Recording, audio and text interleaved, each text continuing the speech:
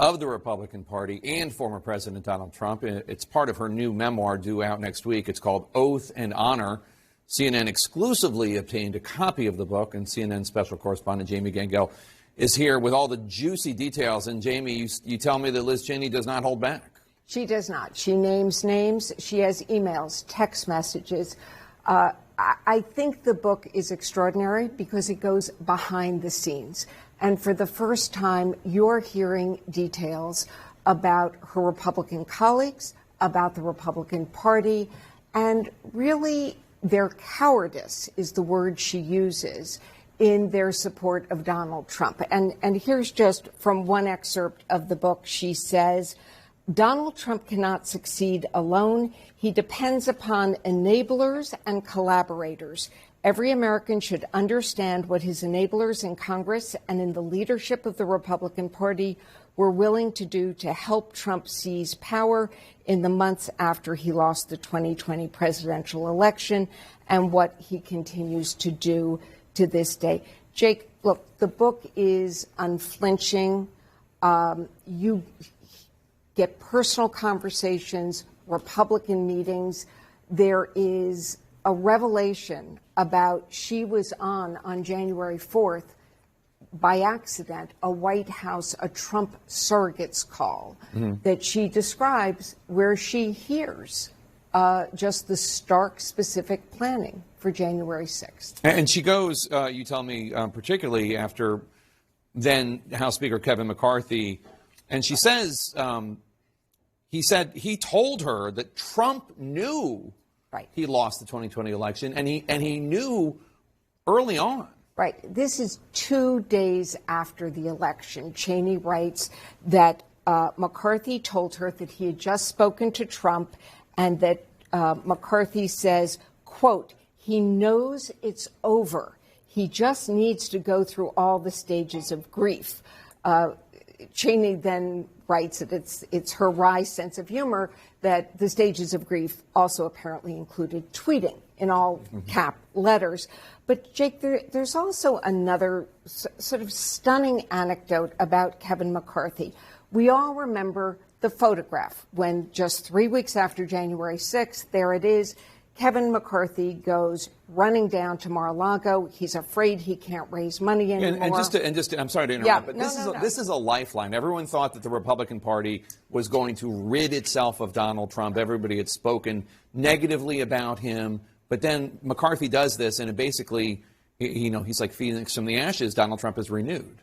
Correct. And nobody knows this trip is happening. And Cheney writes, actually, when she saw that photo, she thought it was a fake. Really? And then she confronts Kevin McCarthy about it, and she writes, get ready, Cheney, Mar-a-Lago? What the hell, Kevin?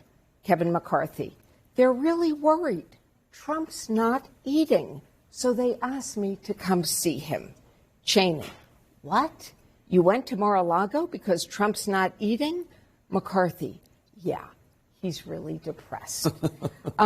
She also reveals that, look, she was not the only one. She talks about other Republicans were, quote, angry and disgusted that McCarthy had gone running back to Trump.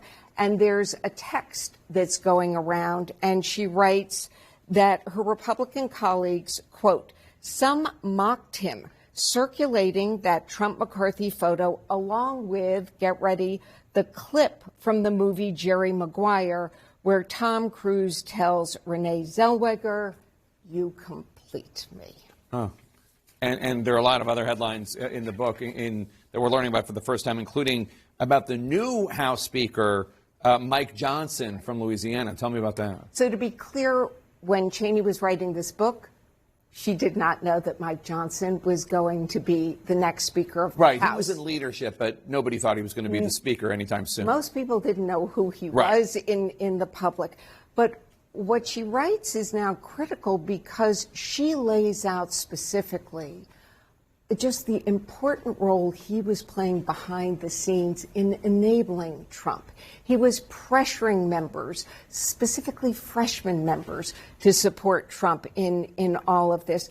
There are also details about her relationship with former Speaker Nancy Pelosi, two people who could not be further apart politically about how Pelosi appointed her to the January 6th committee.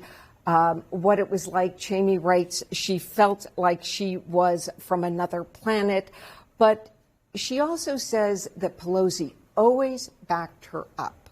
The backstory of the two of them, and also that she was immediately impressed with Pelosi's leadership throughout.